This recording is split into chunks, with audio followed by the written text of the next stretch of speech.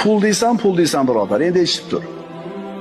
Ikki ko'zingni o'yib berasan, Uhud tog'ida keladigan oltin beriladi. Rozimisan? Ikki quloqni kesib olishadi, Tuhoma tog'laridagi kumushlar seniki bo'ladi. Nima deysan? Tilingni berasan, soqov bo'lasan, ammo Zahro qasrlari seniki bo'ladi. Ko'nasanmi?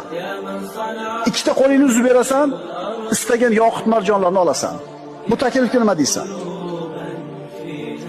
Sen eng afzal, eng go'zal va eng komil ne'matlar ichidasan, ammo uni bilmaysan, ko'rmaysan. Bir olim bir shifoxonaga bordi. Ichki a'zolarni ko'chiradigan jigar, buyrak, yurak shunga o'xshagan a'zolarni ko'chiradigan shifoxona.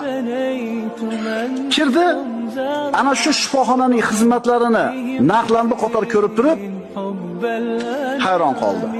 Buyrak almashtirishlik paloncha, yurak almashtirish paloncha, stent qo'yish paloncha, ularni ko'rib turib tashqariga chiqib turib aytdiki, ichki dunyoyimga qarasam, men ancha boy odam ekanman.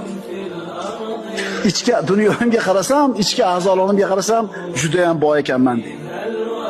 Ajib.